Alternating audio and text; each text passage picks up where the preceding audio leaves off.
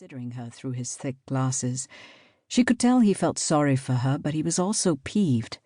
She was asking for something only the headman should receive. But she held his gaze without blinking. When he finally handed over the thick onion skin envelope addressed to her parents, he did so hastily, avoiding her eyes and pedaling away as quickly as he could. Now, standing tall, her shoulders back, she strolls past the women at the riverbank. They glare at her.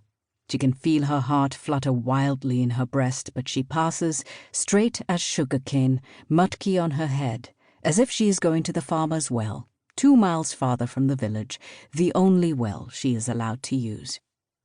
The gossip eaters no longer whisper, but shout to one another. There goes the bad luck girl. The year she was born, locusts ate the wheat.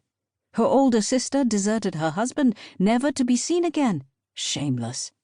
That same year her mother went blind, and her father turned to drink. Disgraceful. Even the girl's coloring is suspect. Only Angrejivali have blue eyes. Does she even belong to us, to this village? The girl has often wondered about this older sister they talk about, the one whose face she sees only as a shadow in her dreams, whose existence her parents had never acknowledged.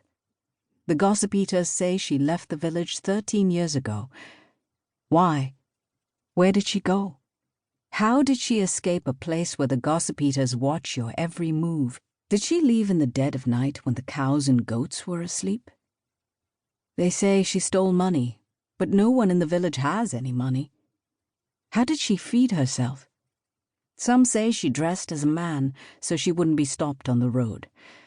Others say she ran off with a circus boy and was living as a Nach girl, dancing in the pleasure district miles away in Agra.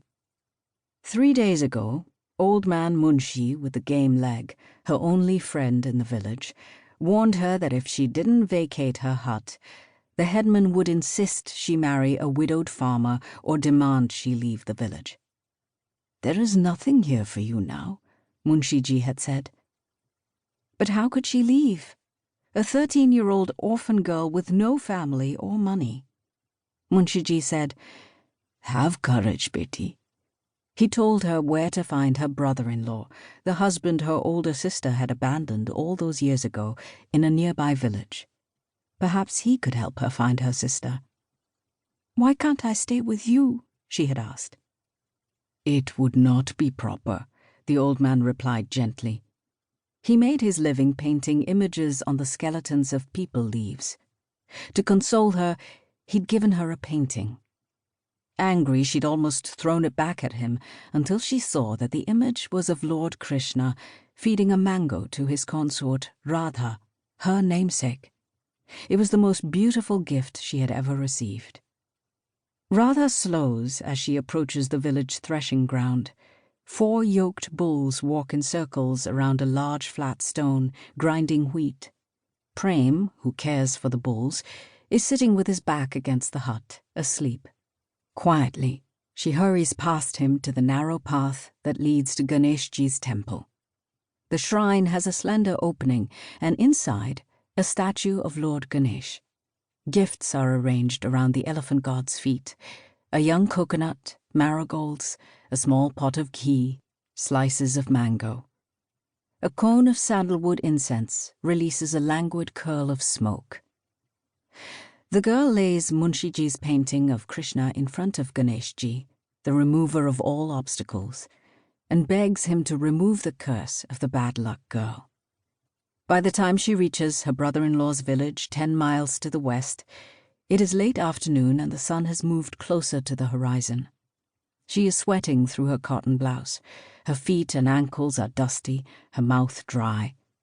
She is cautious, entering the village. She crouches in shrubs and hides behind trees. She knows an alone girl will not be treated kindly. She searches for a man who looks like the one Munshiji described. She sees him. There, squatting under the banyan tree, facing her brother-in-law. He has thick, oily, coal-black hair. A long, bumpy scar snakes from his bottom lip to his chin. He's not young, but neither is he old. His bush shirt is spotted with curry.